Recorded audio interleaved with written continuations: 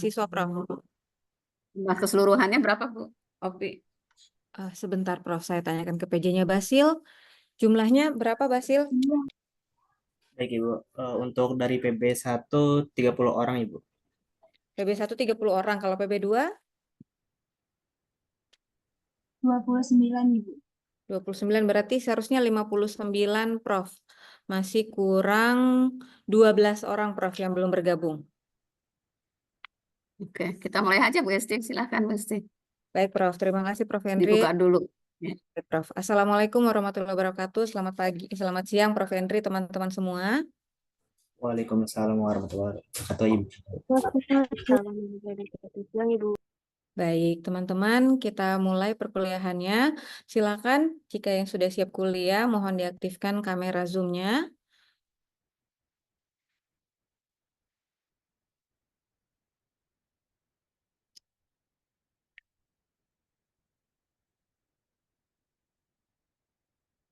Baik, yang lain ditunggu. Baik, sesuai dengan yang sudah kita bahas pada perkuliahan sebelumnya, teman-teman pada saat kita melihat deskripsi RPS, teman-teman sudah diberitahukan bahwa pertemuan kedua dan selanjutnya akan dilaksanakan dengan presentasi kelompok.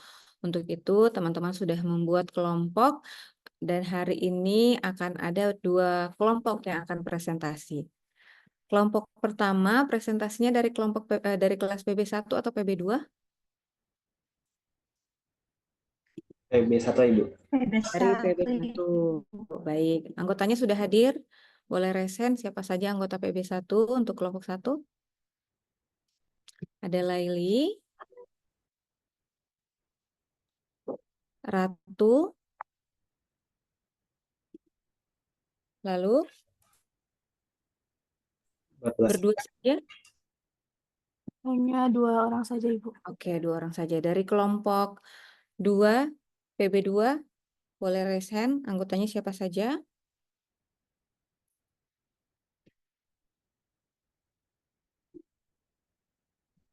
Ada Rifki dan Salsabila Salwa. Baik.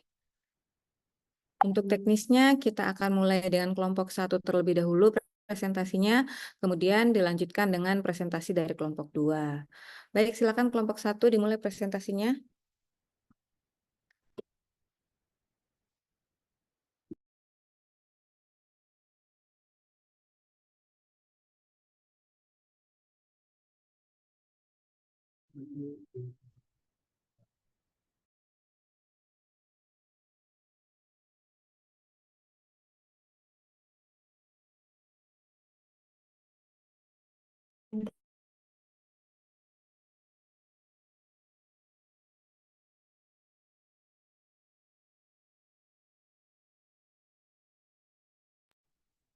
Kelompok 1, silakan Ratu.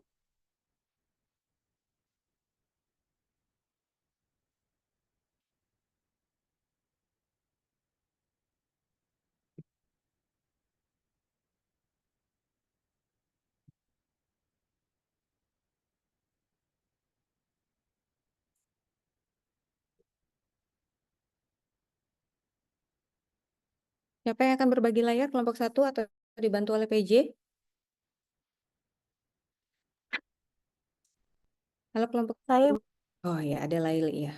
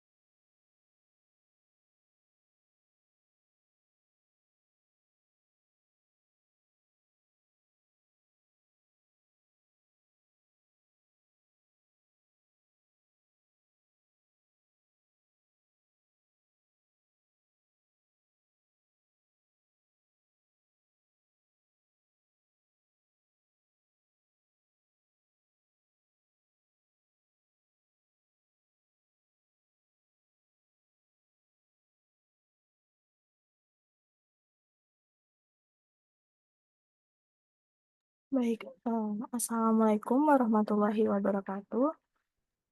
Selamat siang, Prof. Endri Bariswati dan Bu Hestiani Parai dan Bu Ayu. Kami dari kelompok 1 ingin mempresentasikan mengenai pengertian data dan sumber data. Boleh slide selanjutnya.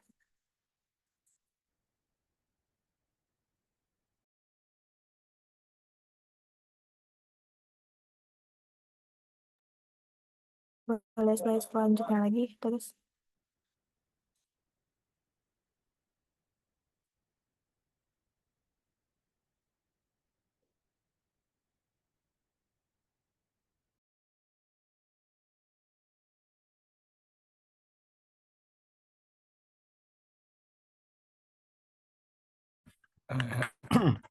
Maaf Ibu, saya izin download PowerPoint terlebih dahulu biar bisa full screen.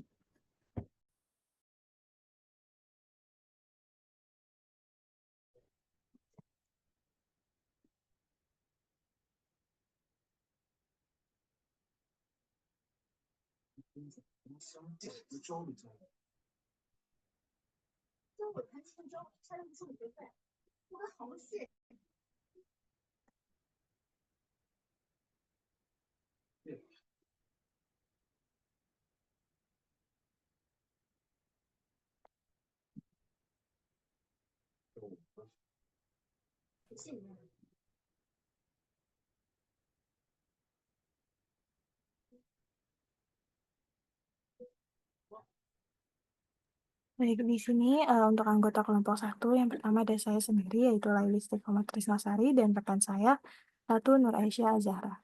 Boleh slide selanjutnya, Basil. Untuk submateri yang akan kita bahas yaitu yang pertama ada sejarah statistika, kedua ada pengertian statistika, ketiga ada pengertian data, keempat pengertian sumber data, yang kelima bagian-bagian sumber data, keenam ada bentuk-bentuk sumber data, dan yang ketujuh daftar pustaka. Boleh slide selanjutnya. Sejarah statistika akan saya perjelaskan diri sendiri. Sejarah statistika. Statistika itu pertama kali ditemukan oleh Aristoteles dalam bukunya yang berjudul Politeia. Dalam buku tersebut ia menjelaskan data tentang keadaan 158 negara yang disebut sebagai statistika. Nah, pada abad ke-17 di Inggris, statistika disebut sebagai political arithmetic. Nah, pada abad ke-18, istilah statistika dipopulerkan oleh Sir John Sinclair dalam bukunya berjudul Statistical Account of Scotland 1791 sampai 1799. Setelah terlebih dahulu dikemukakan oleh seorang ahli hitung asal Jerman yang bernama Gottfried Eichenwald 1719 hingga 1772. Ilmu statistika ini mempunyai sejarah yang sangat panjang seiring peradaban manusia. Pada zaman sebelum Masehi, bangsa-bangsa di Mesopotamia itu, Babilonia, Mesir, dan Cina telah mengumpulkan data statistik untuk memperoleh informasi tentang berapa besar pajak yang harus dibayar oleh setiap penduduk, beberapa banyak hasil pertanian yang mampu diproduksi, dan lain sebagainya. Nah, pada abad pertengahan, lembaga gereja juga menggunakan statistika untuk mencatat jumlah kelahiran, kematian, dan pernikahan. Boleh slide selanjutnya. Slide selanjutnya akan dijelaskan oleh rekan saya, Ratu Nur Aisyah Azahra. Baik, terima kasih, Laili. Statistika adalah metode ilmiah yang mempelajari pengumpulan, pengaturan, perhitungan, penggambaran, dan penghasilan data, serta penarikan kesimpulan yang valid berdasarkan penganalisaan yang dilakukan dan pembuatan keputusan yang rasional. Dapat dikatakan bahwa statistika adalah proses yang melibatkan kegiatan mulai dari pengumpulan, penyajian, dan pengolahan data serta penarikan kesimpulan. Sementara itu, istilah statistika menurut Dajan 1995 diartikan sebagai metode untuk mengumpulkan, mengolah, menyajikan, menganalisis, dan menginterpretasikan data dalam bentuk angka-angka. Jadi, statistika adalah ilmu yang berkaitan dengan pengumpulan, penataan, penyajian analisis, dan interpretasi data, serta penarikan kesimpulan, sehingga dapat diinformasi untuk membantu dalam pengambilan keputusan yang lebih efektif. Boleh di next slide? Baik, di sini ada pengertian sumber data. Sumber data adalah subjek dari mana data penelitian itu diperoleh. Di sini ada menurut Pendit 1992,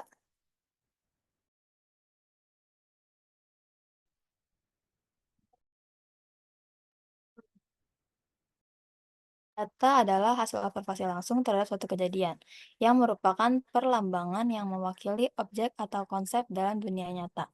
Menurut Ralston dan Rayleigh, Samidi 2004, data didefinisikan sebagai fakta atau apa yang dikatakan sebagai hasil dari suatu observasi terhadap fenomena alam. Maka dapat dikatakan bahwa data menurut Dr. John G.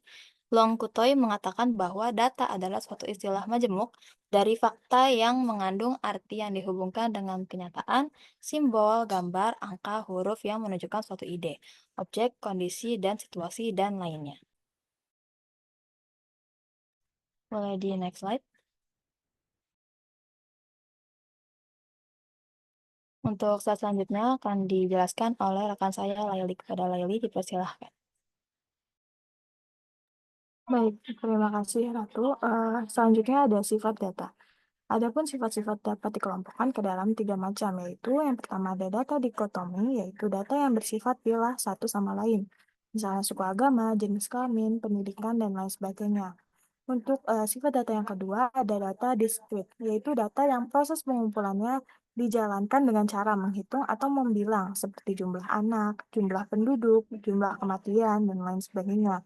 Untuk sifat data yang terakhir ada data kontinum, yaitu data pengumpulan datanya didapatkan dengan cara mengukur dengan alat ukur yang memakai skala tertentu, seperti misalnya suhu, berat, bakat, kecerdasan, dan lain sebagainya. Boleh di next slide.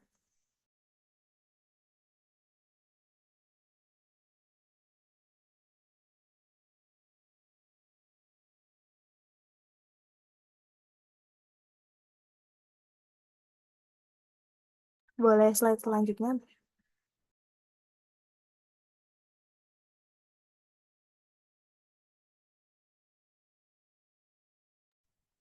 Lalu di sini ada pengertian sumber data. Menurut V. Wiratnasur Jaweni 2018, sumber data adalah subjek dari mana data penelitian itu diperoleh. Sedangkan menurut Nur Indrianto dan Bambang Supomo, sumber data adalah sumber data yang merupakan faktor penting yang menjadi pertimbangan dalam penentuan metode pengumpulan data di samping jenis data yang telah dibuat. Maka dapat disimpulkan bahwa sumber data ini merupakan faktor yang paling penting dalam penentuan metode pengumpulan data untuk mengetahui dari mana subjek data tersebut diperoleh. Hal tersebut juga didukung dengan pendapat oleh Edi Riyadi yang menyatakan bahwa sumber data adalah segala sesuatu yang dapat memberikan informasi mengenai data. Boleh slide selanjutnya. Lalu di sini ada bagian-bagian sumber data yang terdiri dari data primer dan data sekunder. Yang pertama adalah data primer. Menurut Hussein Umar, data primer adalah data yang didapat dari sumber pertama, baik dari individu atau perseorangan, seperti hasil dari wawancara atau hasil pengisian kuesioner yang biasa dilakukan oleh peneliti. Sedangkan menurut Nur Indrianto dan Bambang Supono, data primer adalah data data penelitian yang diperoleh langsung dari sumber asli atau tidak melalui media perantara. Maka dapat dikatakan bahwa data primer adalah data informasi yang diperoleh tangan pertama yang dikumpulkan secara langsung dari sumbernya.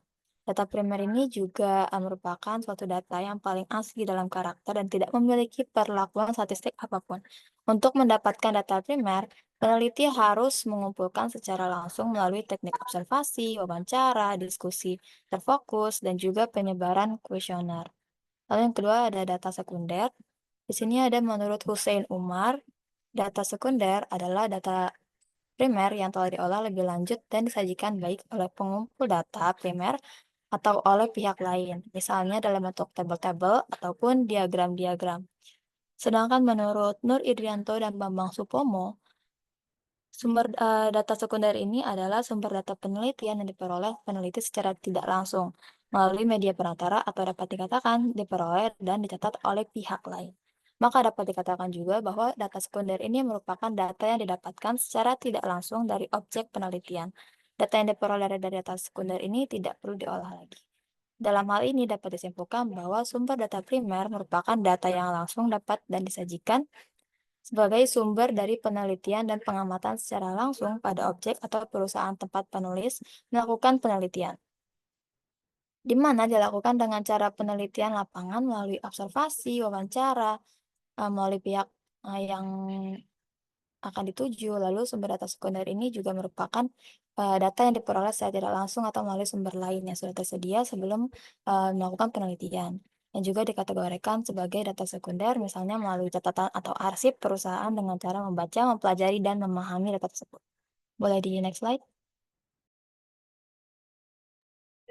Lalu di sini ada bentuk-bentuk sumber data. Yang pertama ada narasumber atau responden. Bentuk sumber data dalam penelitian yang pertama adalah narasumber atau responden. Sumber data ini didapatkan dari manusia, baik secara individu maupun dalam bentuk kelompok. Dalam penelitian kualitatif, sumber data individu dilakukan dengan teknik wawancara. Sumber data ini disebut dengan istilah narasumber, sebab menjadi sumber informasi berbentuk abstrak dan disampaikan langsung oleh individu tersebut. Sementara pada penelitian kuantitatif, biasanya data ini didapatkan dengan menyusun angket atau kuesioner. Seluruh sumber data yang melakukan pengisian disebutkan dengan istilah responden. Sebab sumber data tersebut adalah pihak yang merespon angket yang dibagikan dan dijawab sejumlah pertanyaan yang sudah disiapkan oleh peneliti tersebut. Jadi jika metode pengumpulan data ini berbeda, maka nama sumber datanya juga akan berbeda. Lalu yang kedua ada fenomena atau peristiwa atau aktivitas. Sumber data penelitian dapat berbentuk fenomena, peristiwa, atau aktivitas yang diamati langsung melalui observasi di lapangan. Dalam pengumpulan data ini, peneliti mengamati secara langsung aktivitas yang terjadi tanpa menggunakan wawancara ataupun angket. Lalu yang ketiga ada tempat atau lokasi. Bentuk sumber data penelitian yang ketiga adalah berupa tempat atau lokasi di mana penelitian dilakukan. Suatu wilayah seperti perkotaan, pedesaan, maupun pedalaman itu sendiri juga dapat menjadi subjek penelitian jika relevan dengan topik yang diangkat. Artinya, pada beberapa penelitian, subjek penelitian tersebut adalah suatu tempat atau suatu lokasi, baik di perkotaan, pedesaan, maupun pedalaman. Lalu yang terakhir ada dokumen atau arsip. Bentuk yang keempat ini ada dokumen atau arsip. Secara umum, dokumen adalah benda cetak yang memuat informasi tertulis yang sifatnya penting. Dalam penelitian, dokumen seperti laporan berkala, data sensus, atau bahkan statistik sering juga digunakan untuk memperoleh suatu data. Pada kegiatan penelitian, sangat mungkin peneliti mendapatkan data dari satu laporan berkala. Jika penelitian dilakukan memang membutuhkan data statistik misalnya, maka biasanya sumber data akan berbentuk dokumen atau arsip. Dalam memilih dokumen sebagai sumber data, maka isinya juga harus wajib sesuai dengan topik penelitian agar relevan dan bisa menjadi data penelitian. Boleh di next slide? Nah, baik, sekian dari saya kembalikan ke Laili. Baik, terima kasih Ratu. Berikut merupakan daftar pustaka yang kita jadi acuan untuk mengembangkan presentasi pada hari ini. Boleh slide selanjutnya? Yes, terima kasih dari kelompok 13 PB1. Mohon maaf apabila ada salah dan kekurangan. Wassalamualaikum warahmatullahi wabarakatuh. Baik, terima kasih kelompok 1. Izin Prof. Henry, apakah langsung presentasi kelompok 2, Prof? Ya, langsung Bu Hesti. Baik, terima kasih, Ya. Prof. Silakan teman-teman kelompok 2 dari PB2.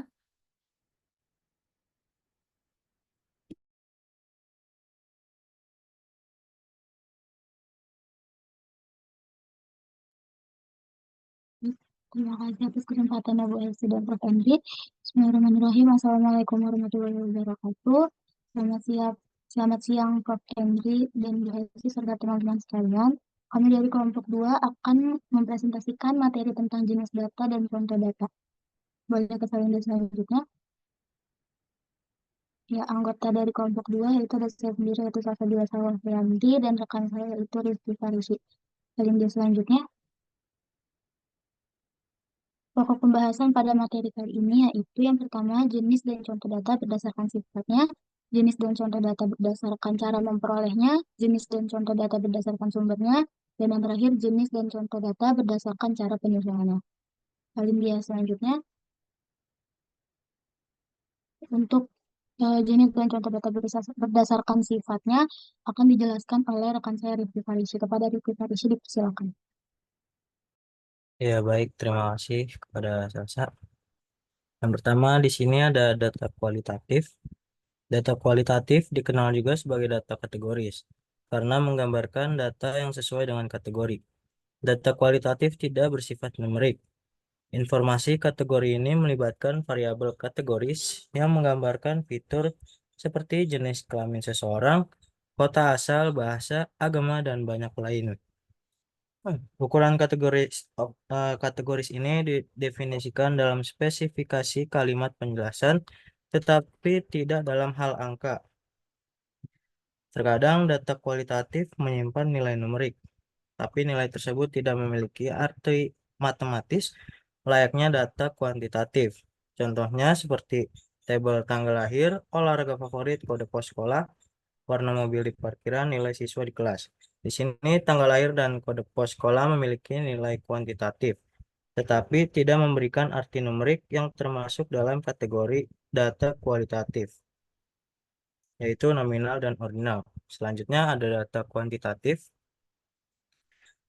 Data kuantitatif dikenal juga sebagai data numerik karena memiliki nilai numerik, yaitu berapa banyak atau seberapa sering. Data numerik memberikan informasi tentang jumlah hal tertentu. Beberapa contoh data kuantitatif adalah ukuran tinggi, panjang, ukuran berat, dan sebagainya. Data kuantitatif dapat diklasifikasikan menjadi dua jenis berdasarkan kumpulan datanya. Dua klasifikasi data kuantitatif yang berbeda adalah data diskrit dan juga data kontinu. Perhitungannya bisa secara manual atau menggunakan aplikasi SPSS, yaitu Statistical Product and Service Solution. Data kuantitatif diukur dengan beberapa jenis alat ukur seperti penggaris, timbangan, stopwatch, termometer, dan sebagainya. Contoh data kuantitatif yang kerap dijumpai seperti jumlah air, berat, waktu, suhu, jumlah siswa di jurusan. Lalu yang selanjutnya ada jenis data berdasarkan cara mendapatkannya. Yang pertama ada data primer. Data primer adalah data yang masih berupa data mentah dan asli. Data ini diambil langsung dari sumber resmi atau sumber utamanya. Misalnya, perusahaan pakaian ingin mengetahui model baju apa yang disukai oleh remaja perempuan dengan rentang usia 15-18 tahun. Maka mereka akan langsung mengambil datanya dengan cara membuat survei.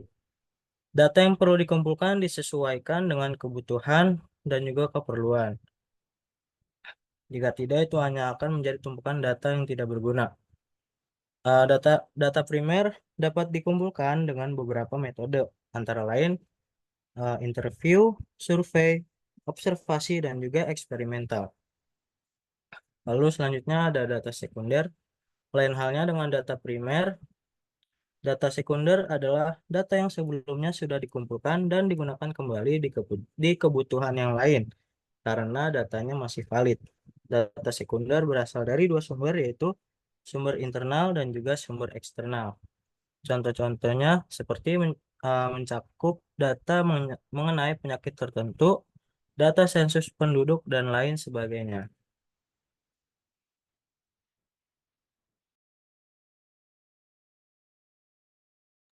Mungkin cukup sekian dari saya kembalikan ke moderator. Ya, baik. Selanjutnya, jenis dan contoh data berdasarkan sumbernya akan dipaparkan oleh saya sendiri. Jadi, jenis dan contoh data berdasarkan sumbernya ini ada dua, yaitu data internal dan data eksternal. Yang pertama itu data internal. Jadi, data internal ini merupakan data yang menggambarkan suatu keadaan dalam organisasi atau tempat berlangsungnya penelitian itu. Dapat dilihat contoh dari data internal itu yaitu data pegawai, data keuangan, data peralatan, data produksi, data pemasaran, dan data hasil penjualan. Lalu yang kedua, data eksternal. Data eksternal ini merupakan data yang menggambarkan keadaan di luar organisasi. Data eksternal ini biasanya menggambarkan keadaan dan nantinya dijadikan sebagai penelitian. Data eksternal ini didapatkan dari penelitian di luar berupa hasil penelitian pada orang lain terkait suatu organisasi atau perusahaan. Biasanya jenis data eksternal ini digunakan sebagai suatu pembanding suatu tempat dengan tempat lainnya. Contohnya ini di sini ada data daya beli masyarakat, selera masyarakat, saingan dari barang sejenis, perkembangan harga, dan keadaan ekonomi. Boleh ke slide selanjutnya? Ya, selanjutnya yaitu jenis dan contoh data berdasarkan penyusunannya. Jenis data berdasarkan cara penyusunan itu sebenarnya terbagi menjadi 4, yaitu data nominal, data ordinal, data interval, dan data rasio. Yang pertama data nominal. Data nominal ini merupakan data statistik yang memuat angka yang tidak mempunyai arti. Jadi hanya merupakan tanda atau simbol dari objek yang akan dianalisis. Contohnya ini yaitu data yang berkaitan dengan jenis kelamin. Misalnya simbol laki-laki adalah angka 1 dan perempuan adalah angka 2. Lalu yang kedua data ordinal. Data ordinal ini merupakan data yang mempunyai daya berjenjang, tetapi perbedaan antara angka yang satu dan angka yang lainnya ini tidak konstan atau tidak memiliki interval yang tetap. Contoh dari data nominal ini yaitu misalnya hasil tes matematika dalam suatu kelompok belajar. Misalnya di ranking ke-1, di ranking kedua, jika ranking ketiga, seperti itu. Boleh ke slide selanjutnya. Ya, yang selanjutnya yang ketiga yaitu data interval. Data interval ini merupakan data yang jarak antara yang satu dan yang lainnya ini sama dan telah ditetapkan sebelumnya. Data interval ini tidak memiliki titik nol atau titik maksimum yang sebenarnya. Yang bisa dikatakan data interval ini merupakan data yang sifatnya tidak mutlak.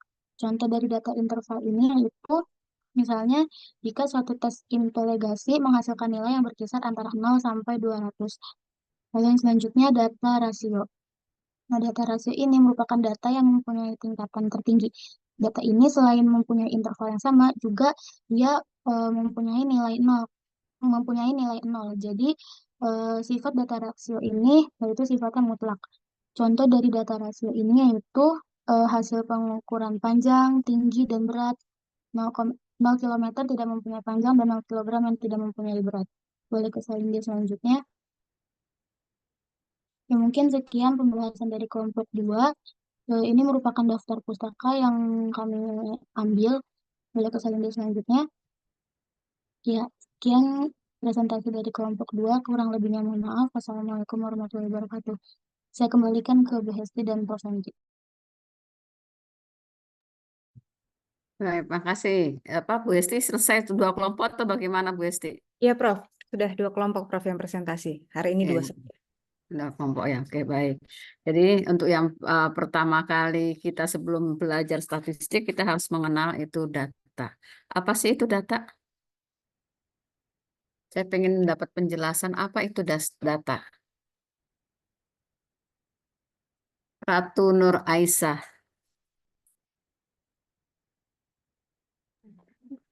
Baik, Prof. Ayo, apa jawabannya? Data merupakan merujuk pada informasi yang dikumpulkan, disimpan, dan dianalisis untuk berbagai tujuan. Yang bisa berbentuk angka, teks, gambar, suara, atau format lain. Itu kamu baca. Itu kamu baca kan? Halaman berapa yang kamu baca? Itu baca itu. Ya. Betul nggak Ratu Nur Aisyah? Iya, betul, Prof. Iya. Setelah tadi mendengarkan teman Anda menyampaikan berbagai macam pendapat, lalu Anda bisa nggak mengambil kesimpulan apa yang dimaksud dengan data? Leli Wulan Agustin. Iya, Prof. Jadi kalau untuk data sendiri itu Jadi dikit suaranya nggak kedengaran, Neng. iya, Prof. Jadi untuk Hmm. data itu sendiri adalah kumpulan informasi ataupun fakta mentah yang harus diolah dulu. Nah, isi data itu bisa berupa angka, simbol, ataupun yang lainnya, Prof. Oke. Jadi apakah cukup sampai di situ? Di kumpulan informasi yang berupa data, yang berupa simbol ataupun apa gitu ya? Berupa simbol atau apa tadi? Simbol dan Angka, gambar, dan yang lainnya, Prof. angka. Ya, saya mengumpulkan simbol-simbol kan di dalam apa? WA kan ada banyak simbol ya, simbol orang apa ngasih senyuman, satu apa ngasih bintang. Ya, itu bisa jadi data nggak? Kalau saya kirim WA di WA kan banyak apa apa emotion itu loh, apa data simbol-simbol Emoticon. ya icon-icon itu, apakah itu bisa jadi data? Saya kumpulkan apa orang nangis, orang tuh apa pegang kepala, saya kumpulkan semuanya kan apa tadi kumpulan-kumpulan dari simbol kan ya, Laili. Iya, Prof. Apakah bisa menjadi data? Bisa, Prof. Gimana makan apa maksud dari data itu? Saya mengumpulkan simbol orang nangis 4 kali mengirim kepada Anda. Apakah itu data?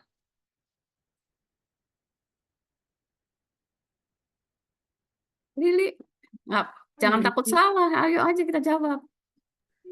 Iya, Prof. Bisa, Prof. Bisanya gimana? Bisanya saya bingung. Bisanya gimana? Bisanya seperti apa bisa dijadikan? Karena 4 maka datanya berupa 4 gitu. Kalau misalkan emoticon aja nggak ada yang menyertai yang lain tuh, saya rasa kita nggak bisa menebak-nebak, Prof. Jadi nggak bisa. Ya kali saya apa ikonnya ada 4 orang gambar 4 orang nangis ada 4 itu bisa menjadi data nggak? Nggak bisa karena Tidak, Prof. iya. Kan apa kalau menjadi informasi bisa nggak? 4 Bisa, Prof. ya 4 icon tadi orang nangis tadi menjadi informasi. Bisa, Prof. Kalau Bisa, Prof. Itu Bisa kalau ada konteksnya nggak sih? Ya maka harus ada konteksnya, nggak bisa lepas saja dan nggak bisa simbol aja. Jadi simbol yang seperti apa yang bisa menjadikan data? Kalau ada konteks maka muncul. Kalau ada konteks maka muncul makna. Jadi kalau lepas saja nggak bisa menjadi data. Bisa berupa informasi, ada ikon nangis ya, orang nangis 4 itu saja. Jadi data enggak? Ya nggak bisa jadi data karena tidak ada konteksnya, tidak ada maknanya. Jadi yang menjadi data adalah informasi yang memiliki makna. Yang memberikan sebuah makna baru bisa menjadi data gitu ya. Oke, saya ingin tanya PJ-nya kelas 1 kelas 1 lagi ya udah enggak kelas 1 ya Bu ST ya. 3 Udah, PB, Prof. udah kelas 3 ya lupa Ya. saya. PB1 dengan PB2 ya. Ya, Prof. PB1 siapa? PB1 Basil. Basil. PB2 PB2 siapa ya? Basil Jihan ya? Nisa, Bu. Nisa. Nisa. Yang kedua. Ya. Basil, berapa jumlah teman Anda yang mengikuti mata kuliah statistik? Jumlah secara keseluruhan atau jumlah per kelasnya, Bu, Prof? Jawab. Ayo jawab. Ada 57. 57. Oke, ini pura-pura datanya jadi nggak akurat. Jumlah mahasiswa yang ikut mata kuliah statistik 57. Bisakah menjadi data? Bisa, Prof. Alasannya? Karena memiliki makna, Prof. Maknanya apa? Maknanya adalah ada 57 mahasiswa angkatan 2022 yang mengikuti mata kuliah statistik. Ya, jadi angka 57 itu dibungkus. Ya, saya menggunakan istilah dibungkus dengan kata jumlah yang mengikuti mata kuliah statistik. Kalau 57 saja,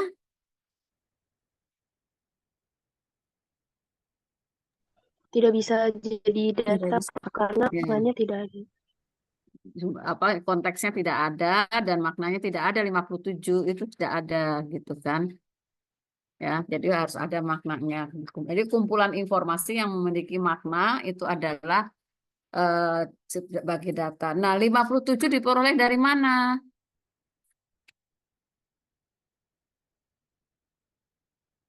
Basir, kamu dapat 57 dari mana? Melihat partisipan sekarang, Prof. Kenapa? Melihat jumlah partisipan sekarang mahasiswanya. Melihat dengan jumlah partisipan. Apakah itu dapat dipercaya? Iya, Prof, bisa dipercaya karena Jadi percaya ya. Jadi data itu tidak datang disajikan begitu saja. Tidak ada data yang datang kepada Anda.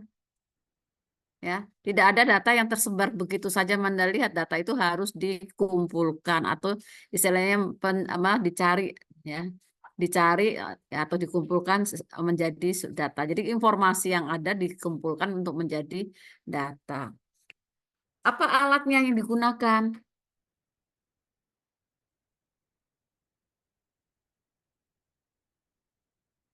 Ada alatnya nggak? Dapat 57 tadi. Ada Apa? Citra? berupa ikon Bisa nggak kalau saya tutup mata, kemudian saya bisa melihat jumlah partisipan?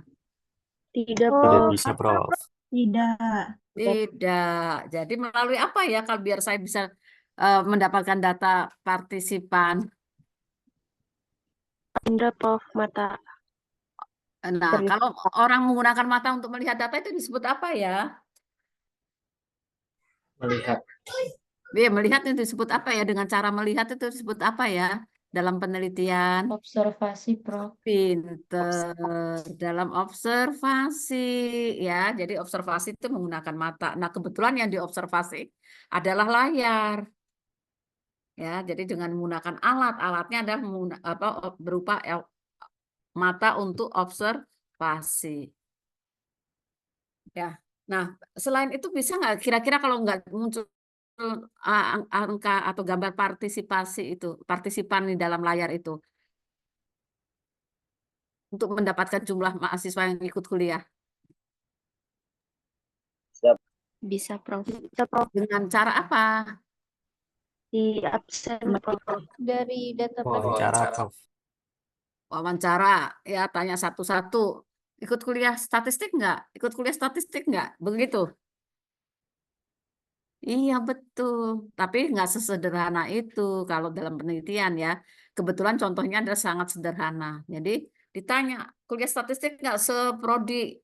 Nah kalau ini kan datanya sudah terkumpul, ya kan? Ya karena datanya sudah terkumpul, tinggal menghitung jumlah saja, maka itu sebagai data. Nah yang disebut dengan data primer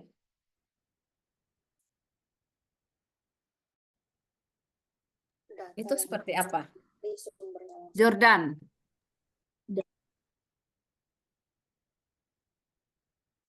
Iya. Apa yang disebut dengan data primer?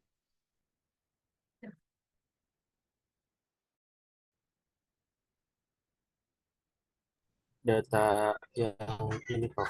Dapat secara langsung. Data asli gitu. Ya, data asli itu mana ada data KW gitu. Ada data KW, ada data asli.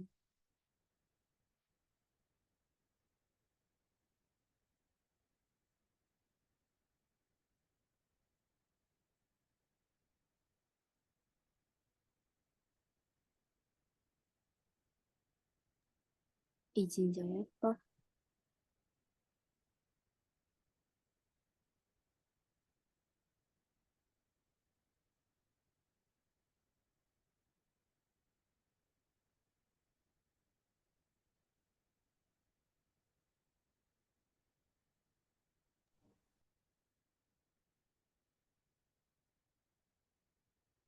Contohnya data primer.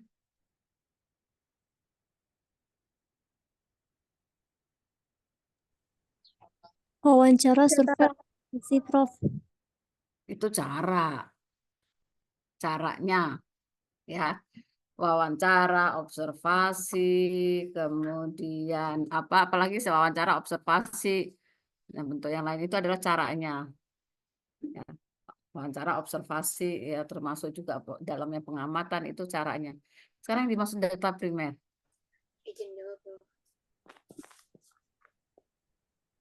Iya, Prof, izin jawab. Data yang menjadi sumber utama, Prof. Jadi sumber utama. Jadi sumber utama. Izin jawab, Prof. Ya, silahkan. Kalau menurut saya, kalau data primer itu peneliti langsung, data yang dikumpulkan langsung oleh peneliti, sedangkan yang sekunder itu dia dari sumber-sumber yang udah ada. Ya, data primer adalah data langsung yang diperoleh dari sumbernya. Sumbernya, sumber datanya. Nah, sumber data nanti kita ketemu sumber data itu siapa yang jadi sumber data. Nah, kalau data sekunder itu sudah diolah oleh lembaga atau institusi ataupun orang lain yang sudah dalam bentuk data yang tersaji. Saya kok pengen Anda buka ChatGPT ya. Tolong dong, buka dong. Kita tanya yuk sama ChatGPT apa yang dimaksud dengan data. Siapa yang mau buka di layar? Benar nggak jawaban dia dengan apa yang Anda pikirkan? Siapa yang tegas mau buka layar? Pakai HP ya? Tidak, Prof. Lagi pakai laptop juga. Buka coba. Kita cari yuk. Kita boleh menggunakan ChatGPT secara bijak untuk mendapatkan informasi, tidak memindahkan informasi, tapi mendapatkan informasi. Yuk kita buka ChatGPT.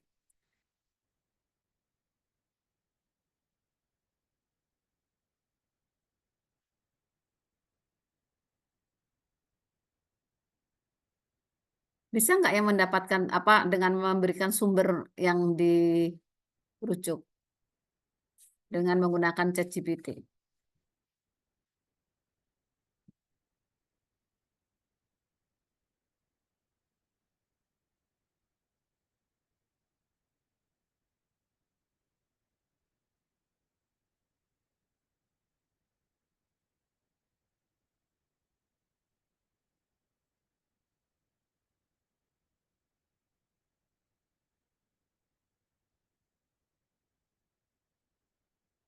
Oke, jelaskan.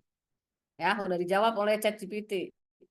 Ya, bahwa data primer ada data yang diperoleh langsung dari sumber aslinya melalui proses pengumpulan data secara langsung. Nah, secara langsung itu tadi ya ada berupa wawancara, ada yang observasi, datanya ataupun menggunakan instrumen berupa kuesioner, tes, ya itu secara langsung yang dijawab langsung dari narasumber atau responden yang kita tuju. Jadi kalau Anda melakukan tes di kelas, ya kalau masalah penelitian Anda tentang pembelajaran, contoh pelajaran menulis deskriptif, kemudian Anda ingin mengambil data Anda peroleh melalui tes di dalam kelas, kemudian Anda kumpulkan dan dikoreksi menjadikan nilai, itu yang disebut dengan data primer. Tapi kalau Anda dapat angkanya, nilai kemampuan menulis deskriptif itu melalui guru yang sudah diolah oleh guru, dikelompokkan oleh guru, maka itu disebut data sekunder. Nah, data primer itu data yang langsung diperoleh ya dari sumber aslinya. Ya, wawancara, survei, eksperimen, observasi. Nah, dari wawancara yang berupa data bagaimana bentuknya?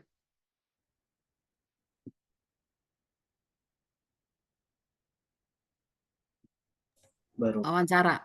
Rekaman, Prof. Transkrip, Prof. Ya, data diperoleh dari transkrip. Apakah yang ditranskripkan itu semua berupa data? Tidak juga, Prof. Ya, yang bisa berupa data yang bagaimana? Suatu hal yang ditanyakan dan itu jawaban yang diharapkan itu, Prof. Ya. Ya, di dalam wawancara ini biasanya digunakan untuk penelitian kualitatif.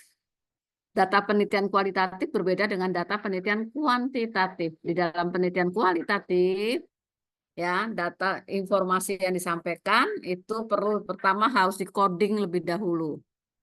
Kemudian dikategorikan, ya, kategori masuk kategori. Kemudian baru dianalisis dengan apa opsional, ya, bentuknya bagaimana nanti kategori yang Anda berikan. Contoh wawancara, dari wawancara kemudian Anda ingin mendapatkan informasi penting tidak contoh satu penggunaan aplikasi dalam pembelajaran.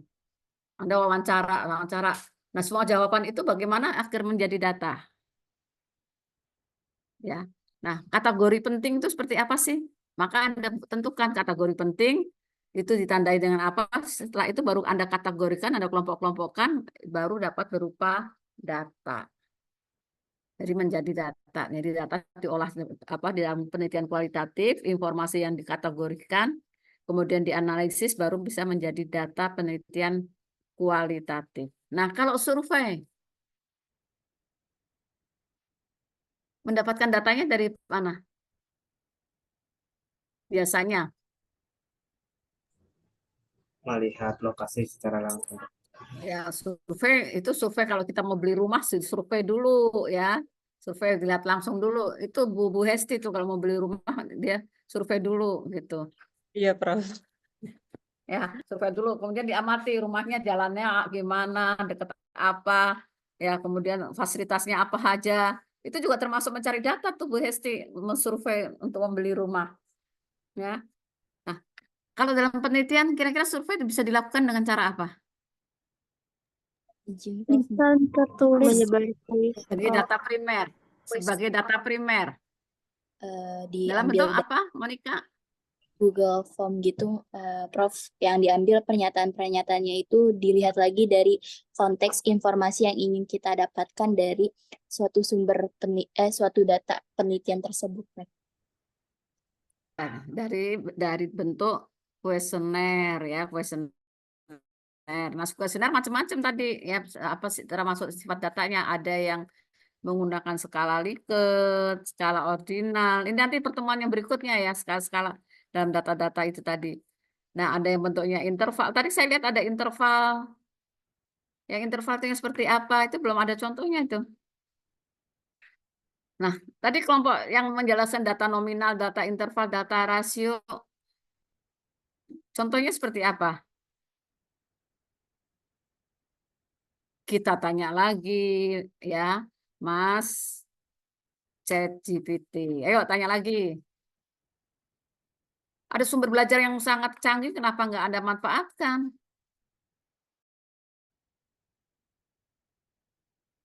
Siapa yang mau buka lagi? Contoh jenis data.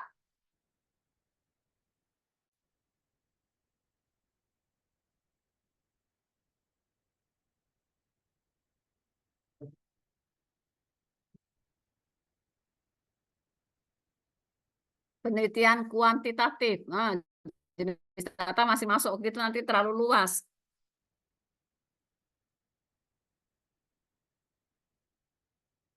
Kuantin, ini Mas atau Neng nih? Kuanti, jangan kuali. Kuanti.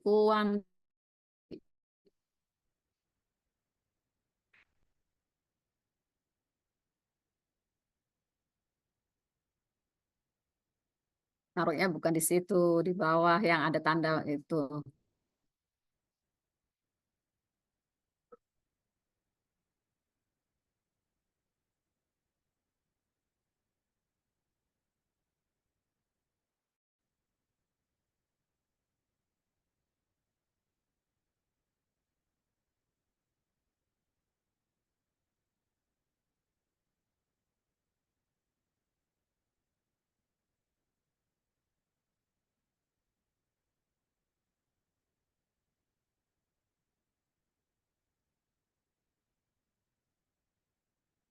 Ya, itu jenis data.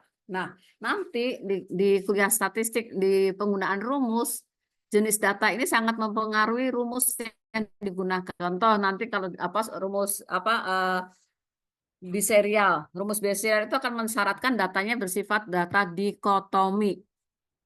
Kalau datanya dikotomi, maka rumus yang dipakai adalah biserial. Tapi kalau nominal dengan nominal, maka jenis rumus yang dipakai adalah korelasi product moment.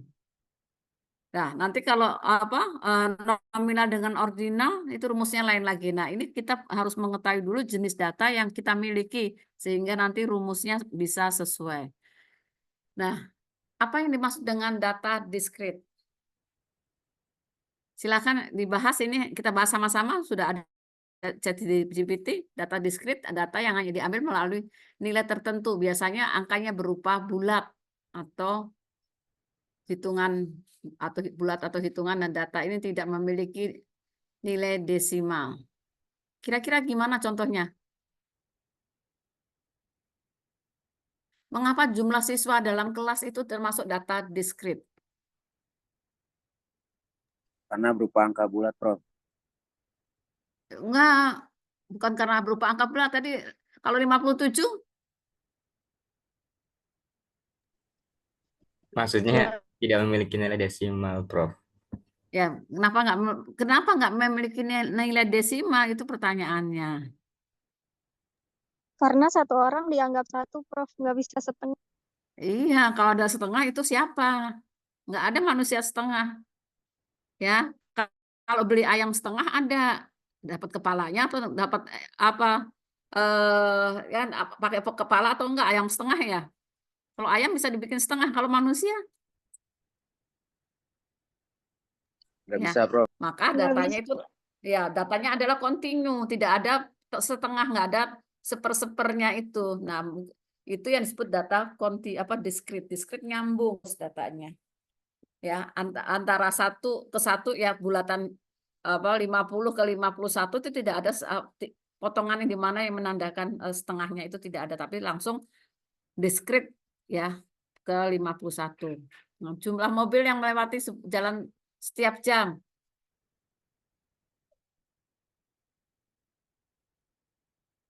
Jumlah mobil yang melewati jalan sebuah jalan di setiap jam.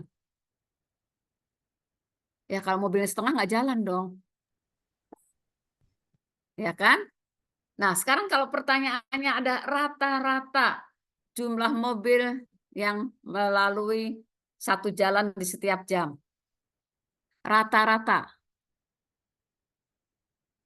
di setiap jam. Datanya bisa discrete atau bisa continue? Continue, Prof. Itu kan nanti rata-rata, ya rata-ratanya 5,5, berarti 5 mobil yang setengahnya Discrete, Prof. harus discrete.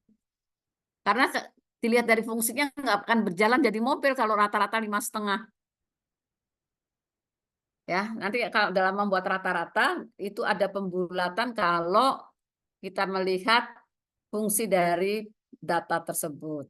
Ya, kalau rata-rata orang 7,5 orang yang rata-rata mengambil mata kuliah ini adalah yang belajar setiap hari adalah 7,5. Yang setengahnya mana, yang setengahnya lagi mana, itu nggak bisa dilakukan seperti itu. Nah, data discrete ya, data yang tidak memiliki pecahan ya, sifat datanya seperti itu. Data kontinu, tinggi badan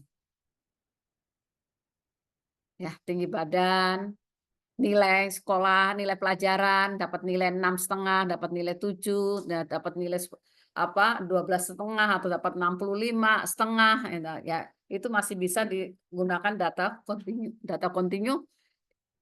Koma berapa pun bisa dihitung, digunakan sebagai data. Nah, data ordinal. Ordinal itu memiliki peringkat. Jaraknya tidak bisa ditentukan secara pasti. Ya, contoh ada satu data penelitian mengatakan contoh ya, menggunakan aplikasi dalam belajar itu sangat baik. Contoh, sangat setuju, tidak berpendapat, tidak setuju, dan sangat tidak setuju. Nah, kalau kita berikan bobot, yang sangat setuju punya bobot 5, yang setuju punya bobot 4, yang tidak berpendapat 3, sementara yang tidak berpendapat 2, sangat tidak setuju itu adalah 1. Apakah 1 itu sangat setuju itu 5 kalinya sangat tidak setuju? Tidak, Prof. Tidak, maka yang seperti itu ada dalam bentuk Ordinal. sifat datanya ordinal. Nah, ingat ya, nanti kalau sampai Anda mengambil data yang sumbernya adalah dengan ordinal, kemudian variabel X-nya adalah variabel Y-nya adalah ordinal, discontinue, kemudian yang variabel X-nya adalah ordinal. Maka rumus apa yang harus digunakan? Salah rumus berarti salah semuanya. Nah, sebelum memilih rumus harus dipahami jenis-jenis data seperti ini. Ya, data interval. Ya, data interval, data yang memiliki jarak yang dapat diukur secara pasti jaraknya. Ya, pembedanya bahwa kalau kita punya panas badan kita adalah 36 derajat, ya. Kemudian 38 derajat, perpindahan 1 derajat dengan 1 derajat itu punya interval yang sama. Ya, punya interval kenaikan dari satu strip ke strip yang berikutnya tuh punya interval yang sama. Ya, itu disebut dengan data interval. Ya, datanya interval. Interval itu ada tangganya, ada tahapan-tahapannya. Itu disebut data interval. Nah, yang berikutnya adalah rasio. Memiliki 0 absolut. Antar bilangannya itu bisa dibandingkan. Pendapatan per bulan itu bisa ya. Kemudian punya 0 dan pendapatannya adalah datanya bisa seperti interval, tetapi lebih pada mudah ada pembeda antara 1 0 dengan 0 yang lainnya. Nah, ini jenis-jenis data rasio. Nah, semoga Anda bisa mempelajari bentuk-bentuk yang lainnya. Oke. Lalu sumber data. Ya, sumber data. Sebetulnya di mata kuliah penelitian sudah itu sumber data.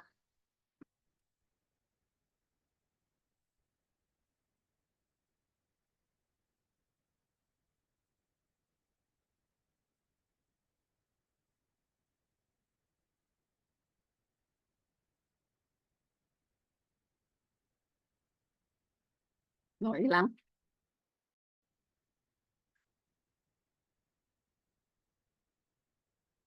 Yuk, kita lanjutkan, kita lihat sumber data.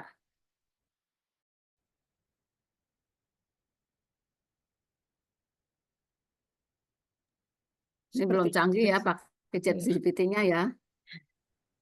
Masa kalah dengan saya pakai ChatGPT-nya.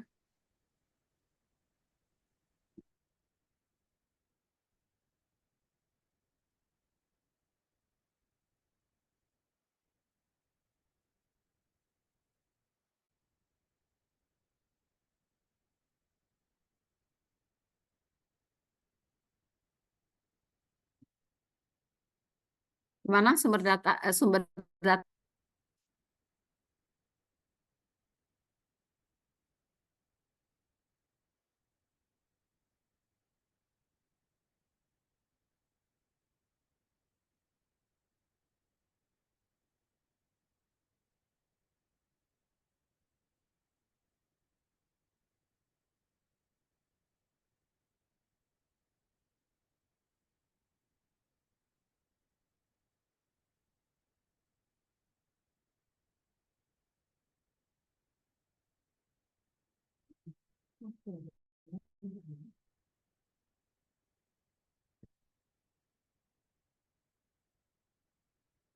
Ya, pertanyaannya kurang spesifik. Jadi sumber data itu adalah data itu munculnya di mana.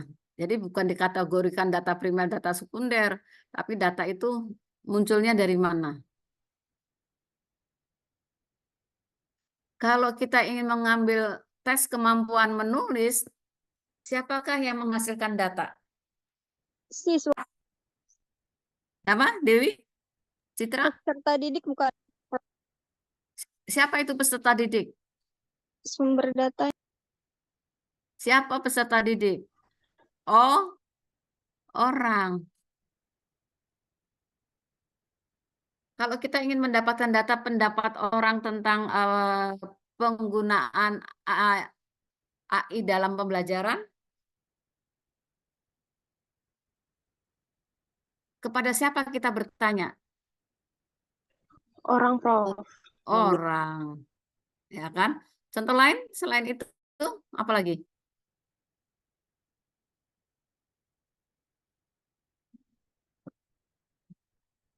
Selain itu? Ketika Ya, Monica? Untuk menemukan hasil dari pembelajaran siswa. Jadi data yang diambilnya orang, hasil pembelajaran. Ya, oke. Ya, itu pembelajaran. Kalau kita ingin mengetahui apa jenis darah seseorang,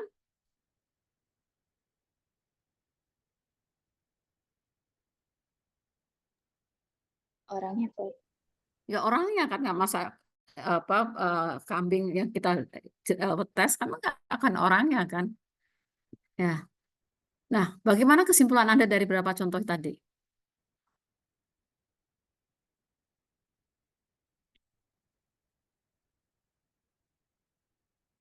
Dari sumber data. Jadi sumber data itu adalah sesuatu yang menjadi sumber dari penelitian itu, yaitu orang. Dan tergantung dari ya, setuju sekali. Jadi salah satu sumber data penelitian itu adalah orang. Dan contoh yang itu ya orang. Tapi apakah semuanya bersumber dari orang? Enggak, Prof. Ya, apalagi contohnya? Bisa dari literatur, kayak misalnya kita mau meneliti modul pembelajaran gitu, Prof. Berarti kita harus meneliti modul-modul yang guru pakai gitu. Modul-modul, oke. Tapi kalau apa modul itu efektif atau tidak? Yang diteliti apa? Orangnya. Jadi dengan modul aja kita bisa mengambil dua sumber data. Yang satu orangnya, apakah modul itu efektif atau tidak, orangnya, ya kan penggunaan berarti orangnya, tapi kualitas modul itu adalah kalau kita ingin melihat kualitas modul, datanya dari mana? Dari orang atau dari modulnya? Dari modulnya. Dari modulnya. Nah, kemudian ini karena pendidikan bahasa dan sastra, kita ingin melihat apa nilai-nilai pendidikan dalam novel. Novelnya. Dalam novel sebutkan novel apalah Laskar Pelangi lah, ya yang novel-novel apa gitu. Apa? Datanya dari mana? Kalau untuk nilai-nilainya terkandung di dalam novel, tapi untuk dapat diimplementasikan ke dalam hidup itu kembali lagi kepada orangnya, Prof. Ya, kalau apa tadi ingin melihat apa nilai-nilai pendidikan dalam novel.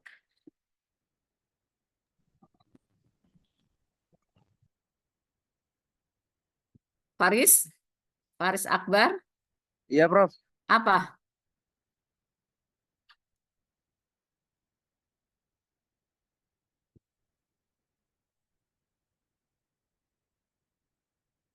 Apa itu? Ya, Faris nggak bisa. Elsa Maulidia.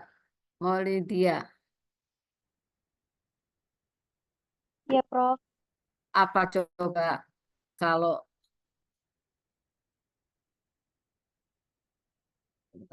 ingin melihat kualitas modul tadi? Kalau ingin melihat kualitas modul, mungkin bisa diterapkan dahulu modulnya, Prof. Diterapkan dulu modulnya. Kan sumber datanya yang saya tanya tadi.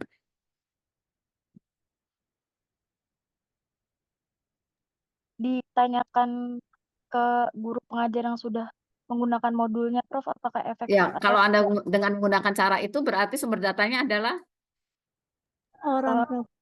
Pendidik, Prof, orang. orang. Nah, kalau sekarang ingin melihat langsung dari modulnya, sumber datanya Modul dari modulnya itu sendiri, ya, dari modulnya sendiri. Kemudian kita lihat lagi, ya, banyak sekali di dalam koran itu ada, kalau kita orang bahasa ya, kita melihat ada dalam penggunaan istilah asing di dalam suatu berita, di satu berita koran itu. Nah, kalau kita ingin berapa banyak kata-kata asing dalam sebuah terbitan, itu gimana cara kita mendapatkan data?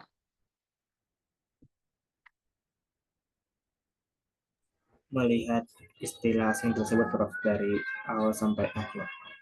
Ya, dilihat dari Korannya, Prof. korannya, beritanya berita koran, ya, berita koran. Maka dalam dilihat dari berita koran, itu disebut dengan apa yang dicari di korannya itu adalah, kalau korannya koran cetak ya, koran cetaknya adalah dicari dengan penggunaan istilah asing di dalam koran tersebut. Nah, sumber data yang berupa seperti itu disebut dengan paper.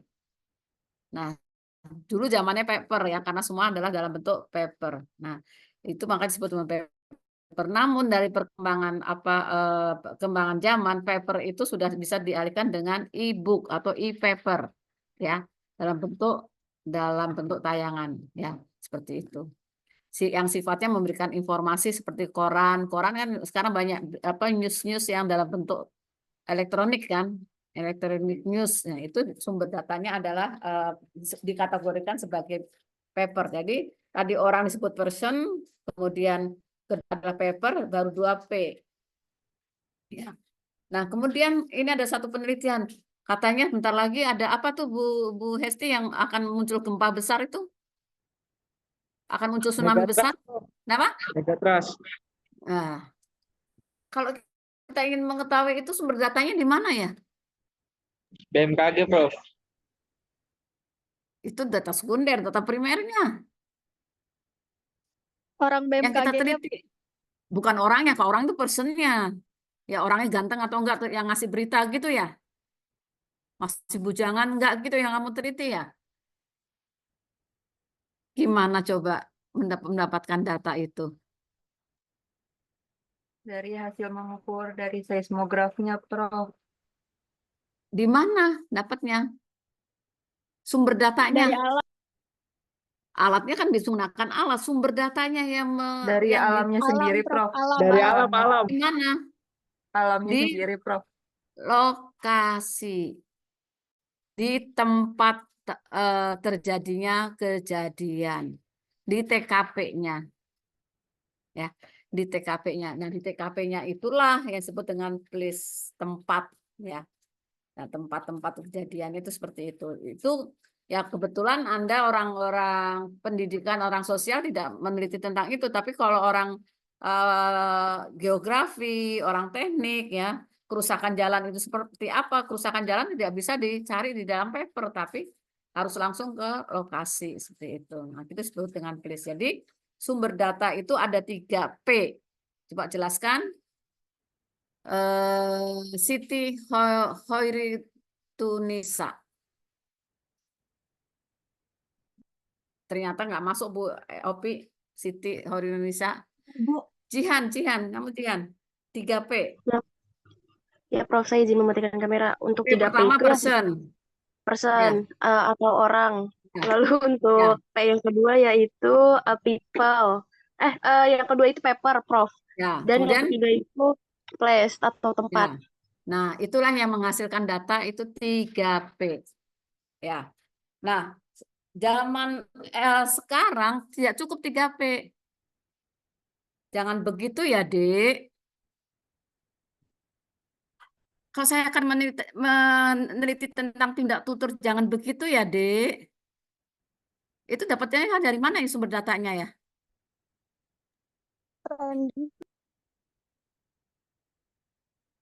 Dapat dari mana ya saya sumber datanya ya? Internet. Sosial media. Sosial media, ya. Dari sosial media, jadi interaksi sosial itu tidak hanya langsung di tempat, tidak langsung dengan orangnya, tapi kita bisa meneliti melalui YouTube yang disebut dengan NetEthno. Nah, NetEthno itu sumber data NetEthno. Net itu adalah dari internet, seperti itu. Jadi kalau Anda ingin melihat meneliti tentang karakter seseorang atau perilaku seseorang, sikap seseorang, bisa juga kita melalui tayangan-tayangan yang dia unggah. Nah, maka itu ya hati-hati Anda dalam setiap menayangkan, karena sekarang kalau orang mencari pekerjaan bukan melalui wawancara, tidak diwawancara, tapi rekam jejak digital Anda. Dari situ akan dinilai perilaku Anda seperti apa. Ya, itu tadi kalau melalui internet melalui YouTube seperti itu. Tapi melalui juga postingan internet Twitter. Postingan Twitter juga menjadi sumber data. Ya, jadi menjadi sumber data. Itu bisa dijadikan sebuah data tanpa melalui orangnya, tapi perilaku itu akan dapat diteliti melalui tayangan-tayangan atau unggahan melalui Twitter. Nah, itu akan mencerminkan perilaku atau sikap seseorang. Jadi sumber data tidak hanya 3P, tetapi sekarang bisa tambah satu lagi net, yaitu berbasis internet. Gitu. Ya, Anda bisa meneliti tentang itu. Oke? Ada lagi yang mau ditanyakan?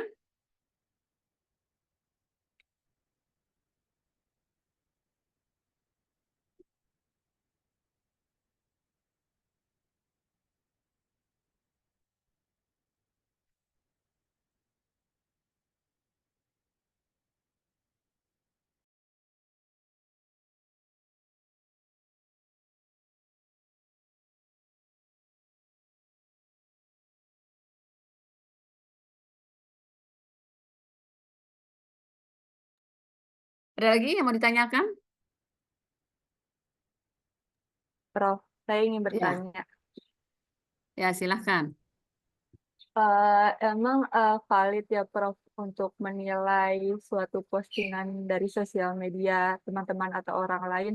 Karena kan yang saya tahu ada beberapa orang yang memposting sesuatu itu, tapi itu hanya brandingnya saja Prof.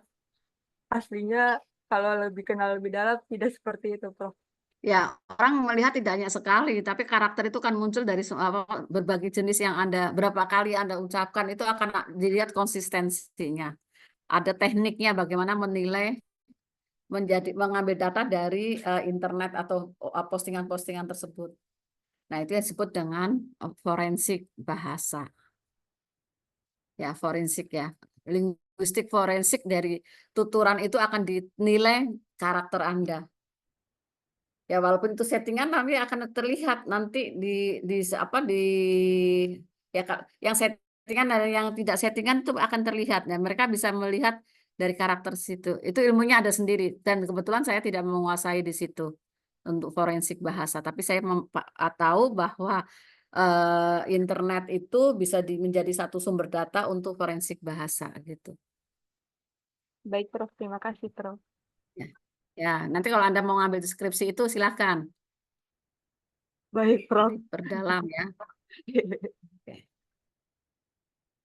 Ya, ada lagi?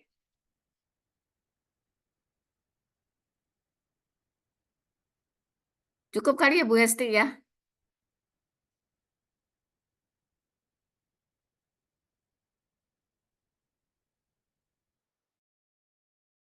Cukupkan sampai di sini pertemuan pertama ya, pengantar kedua itu materi yang pertama ini, dan untuk berikutnya nanti untuk minggu depan untuk data-data yang jenis data selanjutnya. Demikian Bu Hesti untuk mata kuliah statistik hari ini. Baik, terima kasih Prof. Henry. Baik, untuk perkuliahan hari ini bisa kita akhiri. Terima kasih Prof. Henry, teman-teman kelompok yang sudah presentasi. Kita akan lanjutkan di pertemuan minggu depan dengan presentasi kelompok 3 dan 4 dengan topiknya distribusi frekuensi ya Prof. Ya. Baik. Terima kasih. Kami akhiri. Wassalamualaikum warahmatullahi wabarakatuh. Selamat sore, Prof. Hendrik. Waalaikumsalam. Ya, Waalaikumsalam baik. Terima warahmatullahi kasih. Warahmatullahi wabarakatuh. wabarakatuh. Terima kasih, Terima kasih, Prof. Prof. Terima kasih, Ya, jangan Prof. lupa Terima kasih, Bu. daftar hadir ya. Terima kasih, Prof. Yap. Iya, Baik, sama-sama. Prof. Prof. Terima kasih, Pamit ya. Prof. Iya, Prof. Prof, makasih banyak, Prof.